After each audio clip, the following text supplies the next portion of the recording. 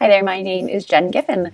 Welcome to my Mad PD session. When we started this, I thought, what do I really want to share? And my instinct was to go to cool things that I know on the internet that I think might help you during these times. So while this is called Tools, Tips, and Tricks for Emergency Remote Learning, this is really Giffen remote learning fun. I have been a little overzealous. There's about 30 tools in here, 30 different websites that you can visit. So this is going to be rapid fire for you with me. All right.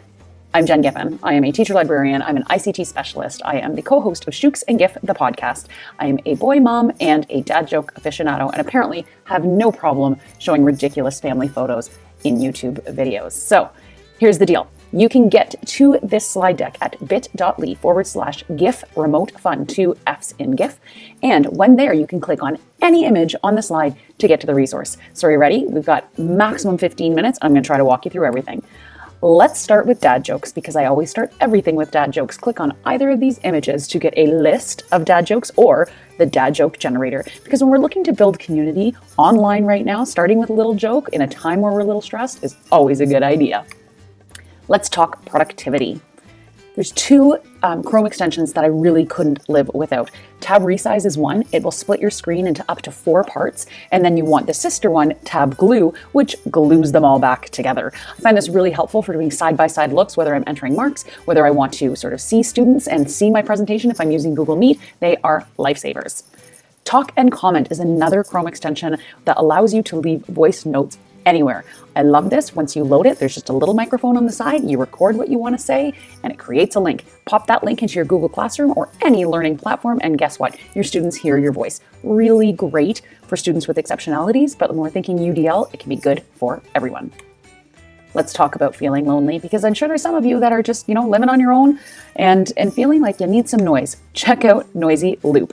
It literally is the ambient noise of everyday life. You could pretend you're in the office. You could pretend that you are in a coffee shop. You want to be on a busy street. You want to be in Times Square. They have noise for you. The other thing is the sound of colleagues. This is ambient noise of the office. Another really good way, if you're just feeling like it's a bit too quiet, that you can engage in some sound and some white noise around you. Okay, virtual meetings, we're having tons of them, so let's think about how we can add in some fun. The Meet Enhancement Suite was out. It's sort of like Zoom, but they've pulled back a little bit. So if you push this, you'll actually get to a site that shows you that you can be notified when they launch. I think what's happening is they're getting a whole bunch of new features, but it turns Google Meet into, like I said, something like Zoom. Grid view, so you can see more than the 16 people that just got released in the grid at one time. There's a push to talk, so you don't have to go and unmute. You just push your space bar. There's an auto mute and so much more. And they're building it up. It's by 2 guys from Shopify, Canadian company. Check it out. Snap camera is another one.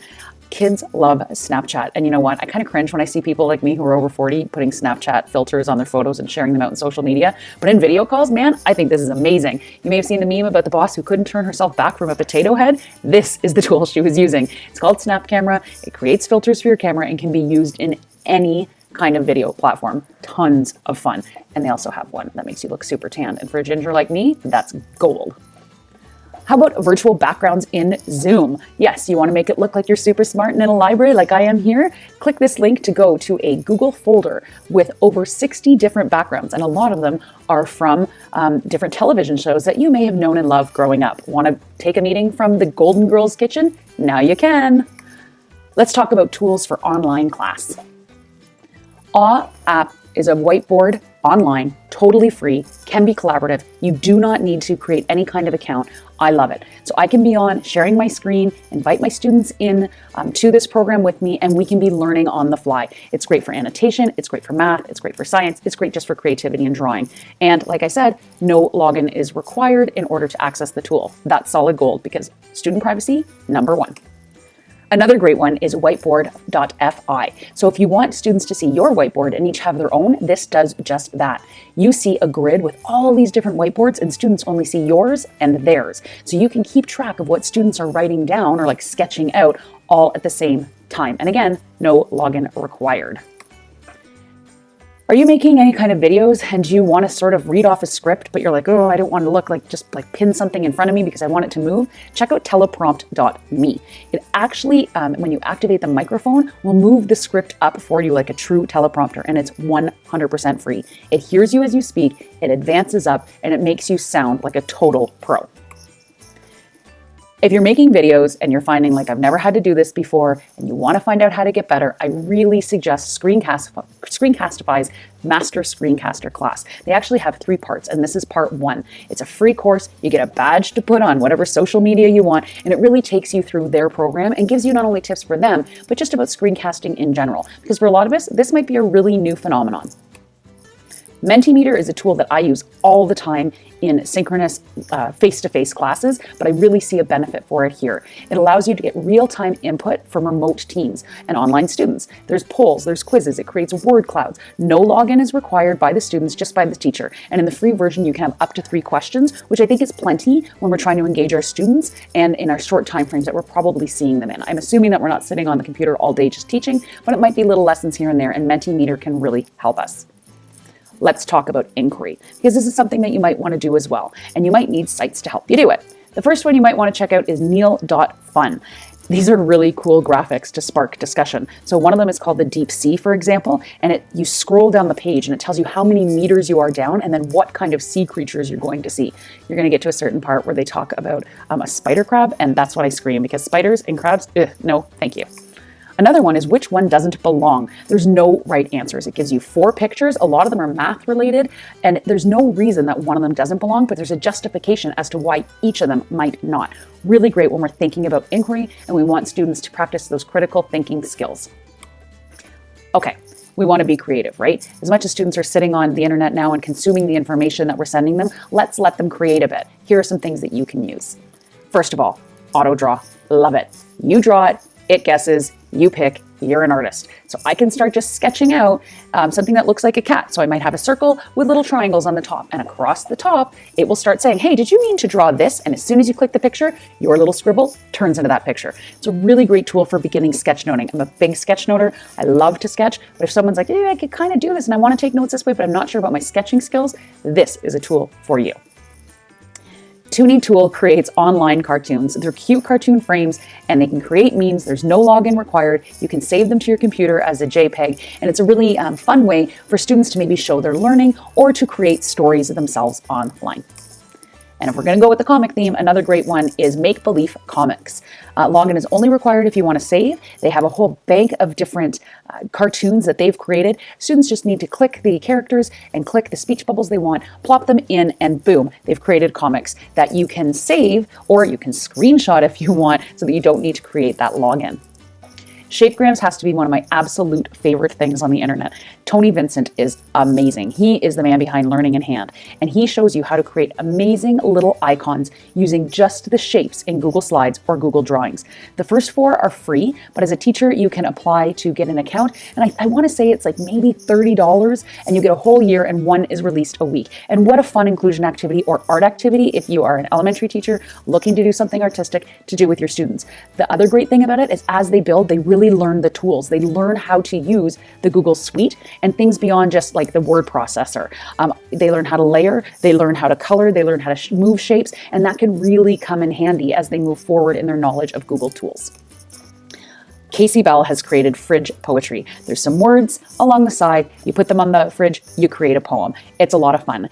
Now, in this version, the words are there, but you could create those little boxes on your own and make your own words or have students create words based on what you're learning. So have them create a little poem about what you're doing in social science. Have them create a little verse about the science activities that you've done that week.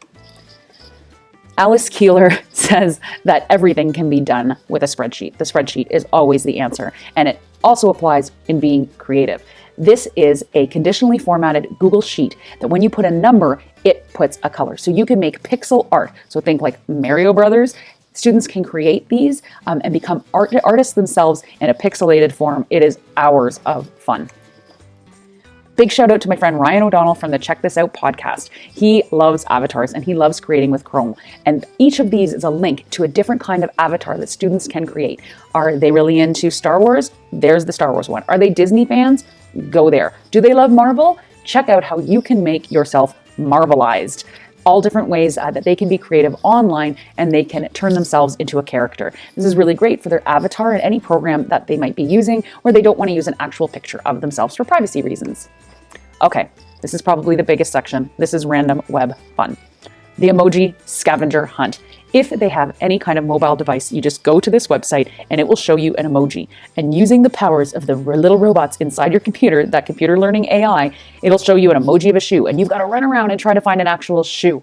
And when you find one, you show your camera and it decides whether it thinks it's a shoe or not. This is a lot of fun. So daily physical activity, right, for those educators here in Ontario, how fun is this to run around? And you can get a couple people in a family playing if they have multiple devices, and you could be running around having a scavenger hunt and team versus team. Google Arts and Culture is a really cool site. This is just one of the things that you can find there. This is art transfer. So as you can see, it's turning me into a painting that looks kind of like the screen. There's tons of arts, there's tons of artists, and there's not only this one, there's a bunch of activities that you can go in, and you can even explore famous artworks from around the world in different countries. So you can compare art at a different time or in a different place, all from your home, right? You can get tours of the Louvre in here. It's pretty phenomenal.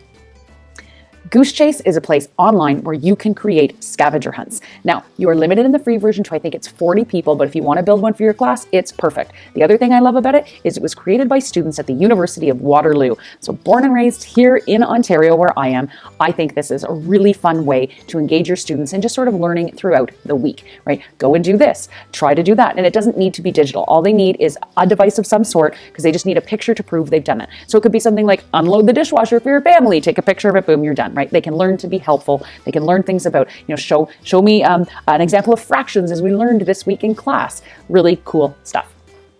The UN World Food Program has this program called Free Rice. And what it does is it donates 20 grains of rice for every word that is correctly defined. If you're talking about vocabulary building, this is phenomenal. It gives a word, and then you have to either give a synonym or sometimes it's the definition. And every time you get it right, 20 grains of rice go to the WFP. Awesome. We give back and we grow our vocabulary. Type Racer is a great way for students to learn how to type. Now, they can cheat and they can do the two-finger type. Okay, I get that. But what they do is they go in and they challenge their friends. So they can start a little game, they send each other the link, and then whoever can type the fastest wins. And this little car, like you see there, moves along the screen. So it incentivizes them to learn how to type faster. And eventually they'll see, if our fingers are on the right keys, I can probably go quickly. No Word is a word guessing game. You are given the definition and the first letter. There's 3 levels of difficulty, and the object is to guess as many as you can correctly in a given time frame. This is a wonderful way to build our vocabulary and for students to understand what different words mean and learn new words. Love it. Much like that, Semantris. Now, I don't totally get Semantris. I've played it a lot. I love it, but I don't totally understand what it is that I have to do and why I'm winning when I am. It's a word association game. They explain it. It's totally addictive. It's all about words. It's about thinking. You have to it's a word association. But really, I don't know why I love this game so much, but it's so fun. But I don't get it. But it's so fun. Okay, Quick Draw is basically Pictionary with AI machinery. So it will give you a word, like it'll say a paperclip, and you have to try to draw a paperclip. You get 6 words, and you try to draw them, and the machine will guess what it thinks you're drawing based on what other people have drawn for that clue. So there's a certain list, I suppose, I don't know how long it is, and the machine guesses. This is a really cool conversation starter for why technology can be powerful and can be abused. I think it's pretty cool. Okay. If you're watching the news and you're like me, I might get a little bit political here, but I think this is hilarious. This is a Google Chrome add-on called Make Donald 8 Again, and it turns the fonts of any one of Donald Trump's tweets into childlike crayon writing. Because quite honestly, when it comes to him and Twitter, I just can't anymore. I just can't. And it makes me laugh instead of makes me want to pull out all my hair.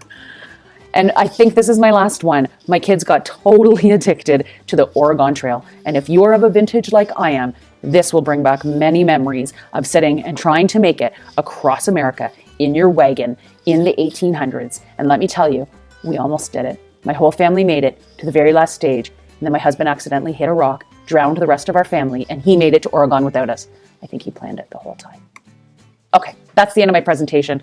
Really, is there anything that's making a difference here? Maybe. You might find 1 or 2 tools that really change the way that you interact with your students. Or I may have given you a lesson for next week. Or I may have just made you waste a ton of the time on the internet exploring these things. And for that, I'm sorry. But let's be honest, like I say here, it's either this or Tiger Kings. And at least this is productive. Everyone, be well. Have a great day. I'm Jen Giffen. You can find me at Virtual GIF. I'll talk to you soon.